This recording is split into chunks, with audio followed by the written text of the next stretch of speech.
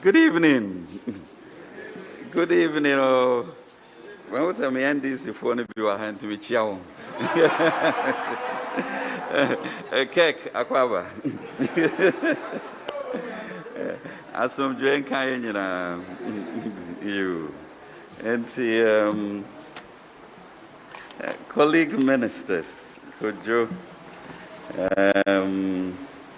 deputy ministers, energy, information, and ministers, Western region and Central region, and the honorable members of Parliament, honorable MMDCs, clergy, and distinguished ladies and gentlemen.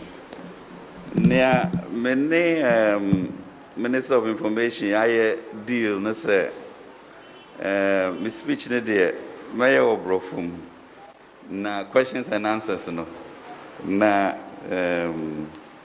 yakaya yakrum, asem.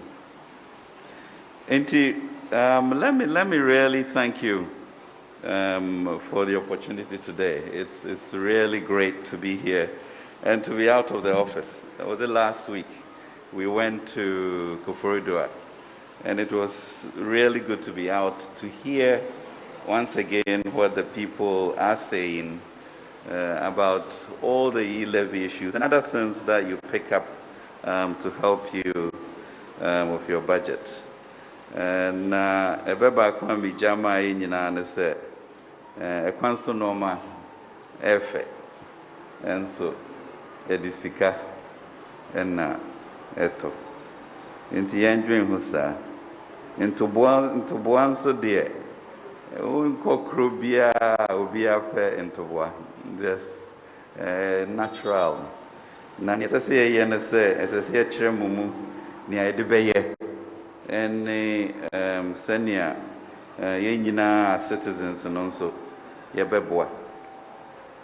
So thank you very much indeed for this, and I'm expecting that by the end of these sessions, there will be a firmer understanding. I don't think it's really an issue of a fight.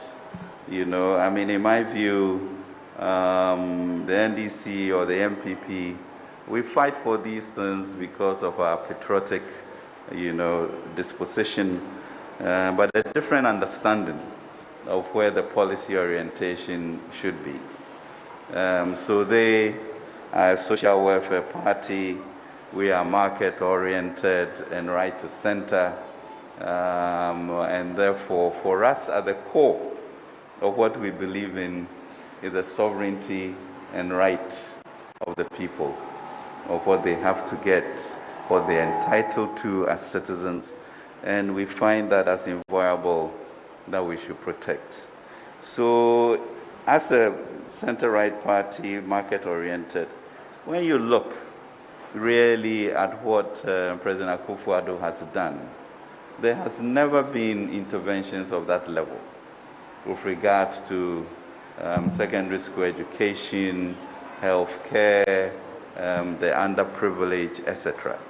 Because, you always try to compare the various governments.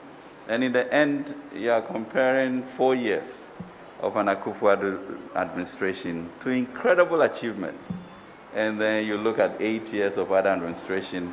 And even with Nkrumah, you look at, more than 11 years, 51 or 54, when he became head of government administration through 57 to 66. So it's quite a miracle what the Lord has used our government for, and therefore what really is propelling us to do what we are doing. So I think the NDC stance about not having E-Levy may be misplaced, but it's not because they are not patriotic. But when we do the numbers, you realize that really we are at a point in our nation's history where we need to do things differently to be able to cross the issues that are confronting us with regards to youth employment, which affects all of us and really goes to the dignity of our people who are home, the issue of our debt, so that we can start mobilizing our own resources. But to be able to do that is to ensure that all of us contribute.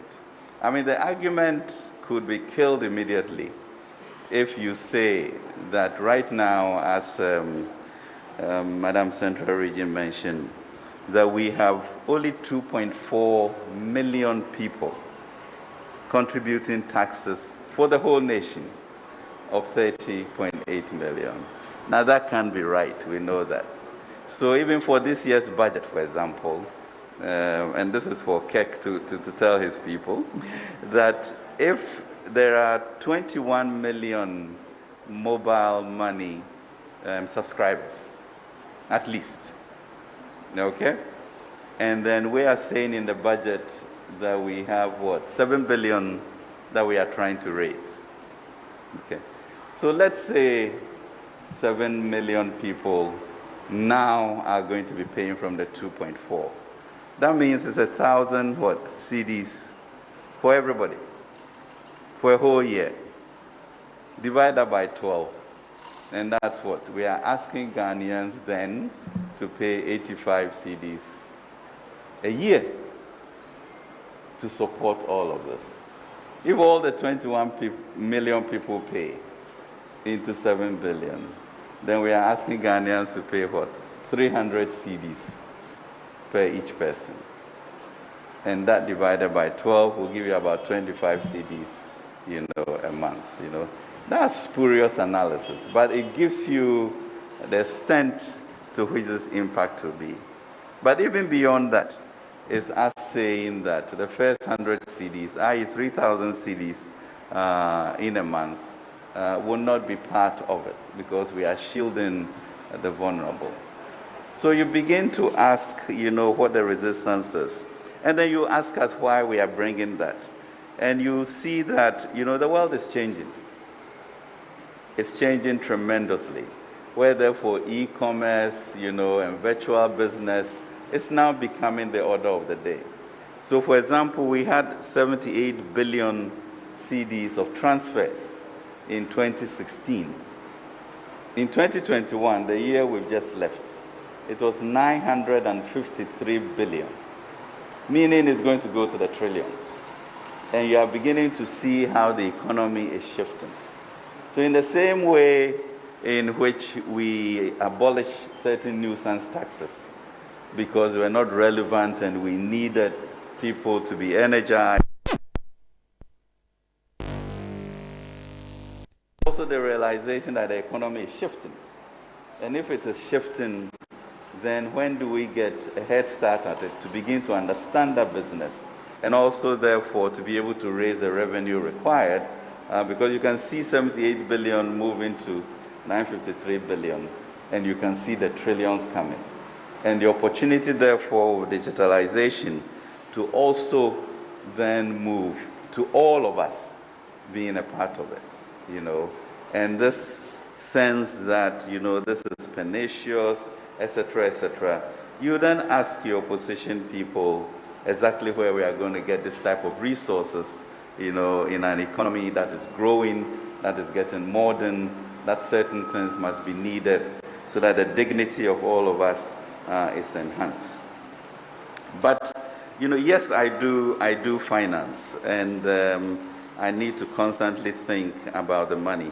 But it always has to be within the framework of who we are as Ghanaians, the pride that we have as Ghanaians.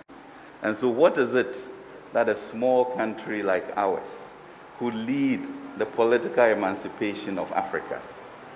What is it that the Lord has endowed us with to be able to do that?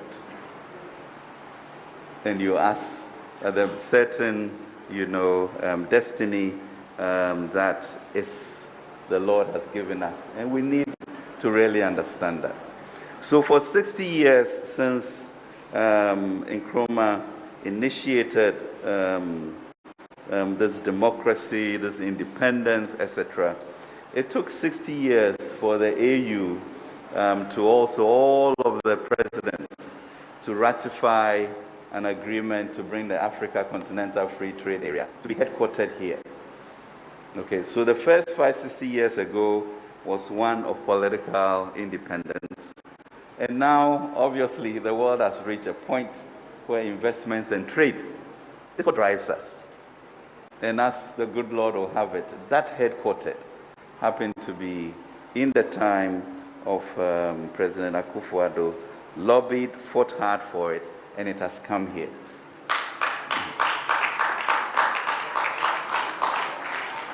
So we have to lead this issue of investments and trade as a center. And we have that possibility. Now, the possibility of that is also that we are going to get a lot of investment into this place. So we need to create our own viable economy with very substantially endowed, rich Ghanaians so that they can team up in either joint ventures, etc., and we can build the infrastructure to become a regional hub. So not only do we now start the political independence fight, we are now going to lead Africa in the emancipation on the investment and trade part. But we need to do our part. We need to have the resources to build the infrastructure so that there's a reason for why we become a continental hub. And this is the opportunity that we have to do that. But you know, the president always talks about 3 pillars to our Ghana Beyond Aid, and therefore when we went on to do the Obatampa program. And that's the 3 pillars are basically our political independence, you know, the economic growth, and then the spiritual. Because we Ghanaians, you know, well, we started with a wonderful hymn here, and we shall continue because that's our being, okay? So then he also broke sword for the National Cathedral. And the National Cathedral, you know, is going to become a symbolic issue for Africa, our spirituality and the leadership of it. You know, for me, maybe sitting at my desk, I'll say, okay, that's a lot of money that people, not the government, but people are going to mobilize to do that. But what does it really mean? 600 million people in Africa, that's interesting. Most of them can't go to Israel, that's interesting. So if 10% of these people come through, because we now become the new Jerusalem, and each one, usually when you talk about tourism spend, each one spends about $2,000 to $3,000. I look at the numbers and I'm like, wow, spirituality is good. It has its own blessings, and we should praise God for that. Amen. Okay. So I just want to cast a picture, you know, for us as to what the Ghana dream is. You know, political independence, economic emancipation, and spiritual elevation. And that combination is just so powerful for a sustainable country that then, you know, moves on in a way in which a dignity of our people are enshrined. I keep talking about the dignity of our people because when you look at the population, it's quite scary in terms of the extent to which we have the youth. You know, so literally, you know, some 6 million people will have to be accommodated for jobs. I think by 2030, we need to be finding 9 million jobs for people. So we have to move in a hurry, and government cannot support all of that. But we know that we are an entrepreneurial nation. Something happened and we killed that spirit.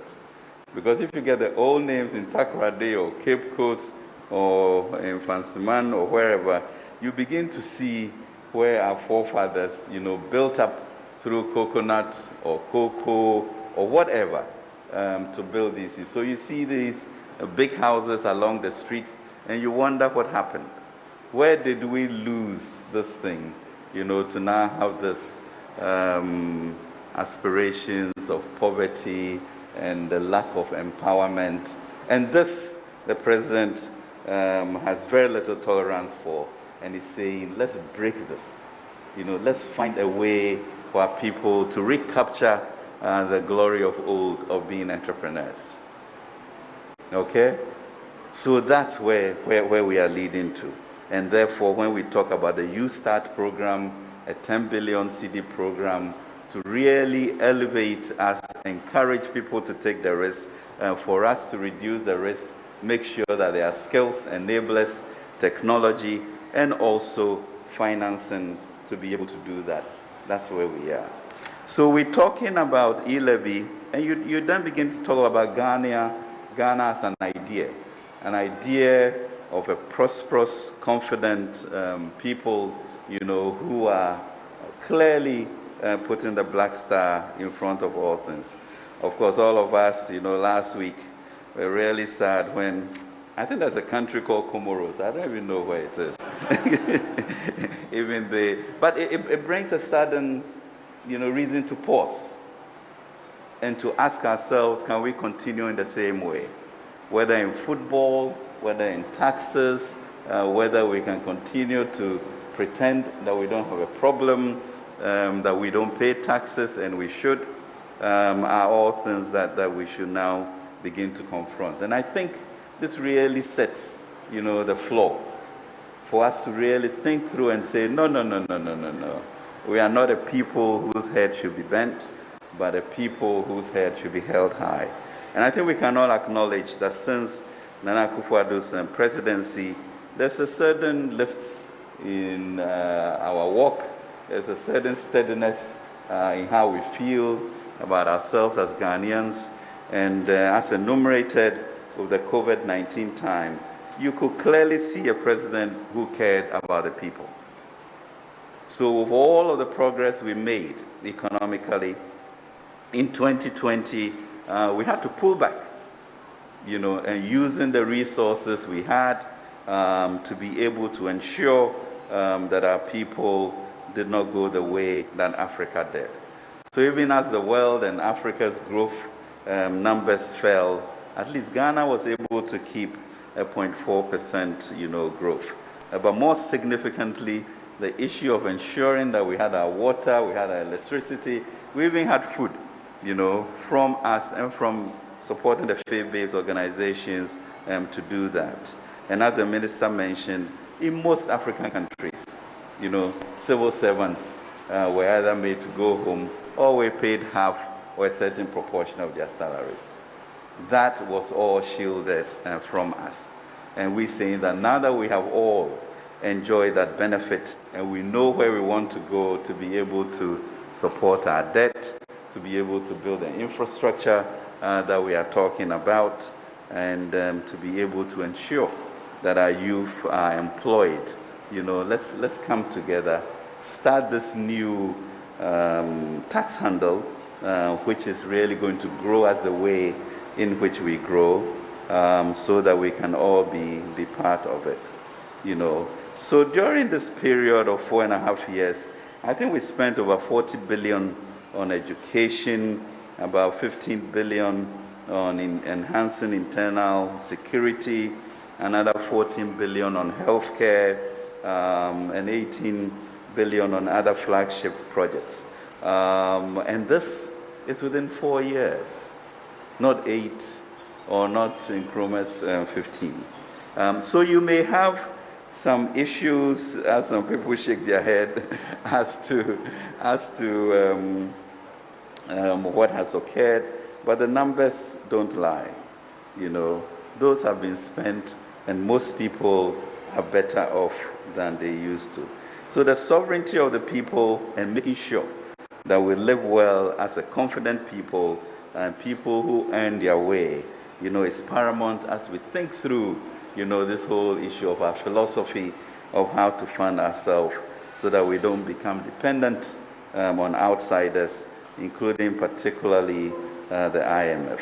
So that's the challenge, and that's the plea that we bring here to let you know that, look, we are a country with a manifest destiny for greatness, and we should, in whatever way we can, reclaim that role, and that in our mind is through this new tax handle of E-Levy.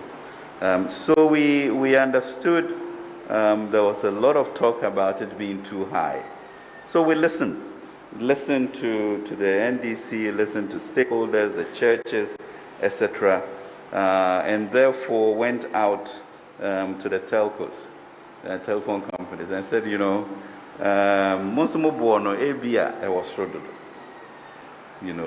so we had some conversations with them, and even they realized that really this Ghana pie can be expanded considerably, and therefore agreed to what we are then beginning to call burden sharing.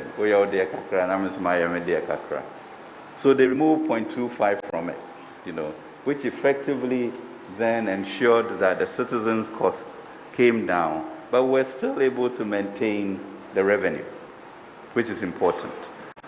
We're still able to maintain the revenue to be able to tackle the debt, the infrastructure, and the employment and other things that are coming. As you know, our region is also getting particularly perilous with regards to security. You can see issues in Guinea, issues in Mali, issues in Burkina Faso, etc. And therefore, we also have to spend quite a bit of money on security. So all of this is important for us to be able to do that. So we want to avert any explosive issues on our hand. I think the last time the road minister did some infrastructure work, we ended up with the need for about 78 billion CDs in the next few years to be able to do all the infrastructure that we want to do. So when we look at the budget, and let's say for Western region, you have the Secondary market, we have the Fiankwanta, then we have the double road. All of that comes into what we need to be able to fund it. But there's no way we can forget the Western region in the things that we are doing.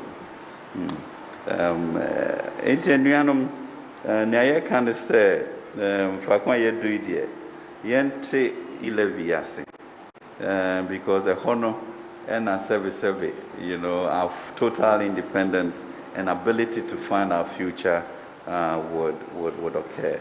So at the center of all of this is how do we build, a stronger nation in a way in which we can support all of our aspirations, but then also have a people, who are entrepreneurs, are building factories, have jobs, employing people, so that dependence on government jobs are reduced.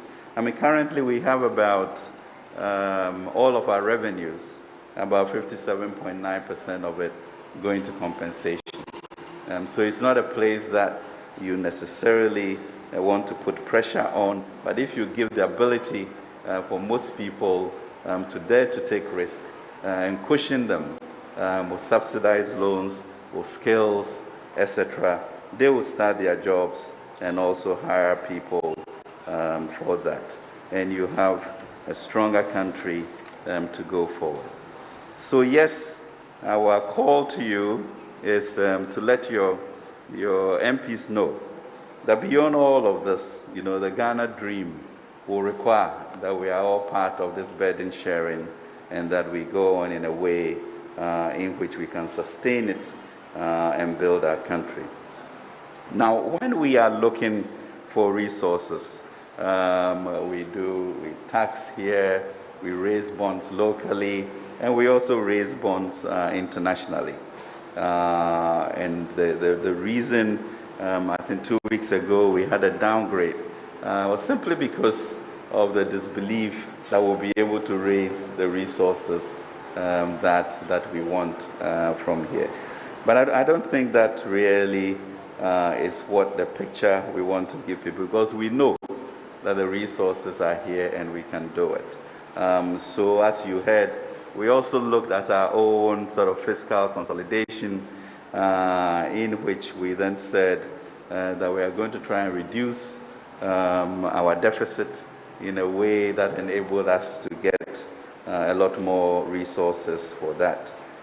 So this week, actually, I sent a letter out to all of my colleagues about our 20% cut in terms of expenditure, to make sure that we all work within that band, look at our resources more effectively, and ensure that we make space to be able to do the issues of debt sustainability, infrastructure, and the employment that we are thinking about. So that 20% cut that we are prescribing is going to mean almost a 2.4% in GDP, which then further brings the threshold down in terms of deficits and enable us to support our debt sustainability objectives and get a primary balance that is also positive. So we are going to do our best to restrain leakages. I know you've talked about the issue of the Auditor General, and truly when you look at that, that includes all sorts of obligations from the previous government, but also 10 billion of it is really collections and loans that are being taken care of. So it's not money lost, as you would say, but certainly in all areas that we are reminded, we will be reminded to ensure that we use this money well, and the issue of protecting the public purse becomes paramount to us. The other beauty of the E-Levy tax is that it makes all of us responsible for protecting the public purse. And that is important, because once you pay taxes, you have the moral authority to be able to require certain performances from the political elite. And that is what we should be doing. So as you know, maybe to make it very clear, as they have been put in there, this is what the E-Levy will constitute of. Cumulative transfers of 100, will not by the same person. Transfers between accounts owned by the same person. Transfers for the payment of taxes, fees, and charges on government.gov platforms, electronic clearing of checks, and specified merchant payments will be out, so that as a merchant, if you register, it will help you, and it will also help me know how to tax incomes. And transfers between principal, master agents, and agents' accounts will not be covered. You are free. So these are the areas then that we'll be looking at to make sure that everybody participates. So in addition to this is what we are going to be doing. I think there's a benchmark announcement that GRA will do to help increase some of our tax revenues. The fees and charges bill is in Parliament to also help with that. Exemptions to cut them down or to have a better oversight over them will also do that. But we have also said at the Ministry of Finance and Government that we also look forward to maybe a quarterly report as to what we have been using the proceeds for, so that there's accountability and transparency. Because it's a mission for all of us, and a crossover into a new realm of just national accountability, national participation, seeing that we as a people, when we decide to come together, there's no restraint from where we are able to go. And as the Bible says in Genesis, if we all speak one language, understanding the greatness of this country, what the Black Star should be, there will absolutely be no restraint to what we can achieve. So that's the deep request that truly the President is making. Let's wake up to understand what our forebears believed we could do. Let's revive that energy, be an entrepreneurial state, pay our taxes together, watch after each other, make sure that our children are employed, and we will be that great nation that nobody can. But we need that spirit of courage, the spirit of love for each other, understanding that my neighbor's kid not working also affects me, and the self-discipline to be able to get there. But I have no doubt, as a people, as I have seen of what we inherited in 2017 and brought it this far, that we can even go higher and greater than that. And na yen peja o man year, yen nananum dear giant, na yen so yen dear, into paying for me that was pa.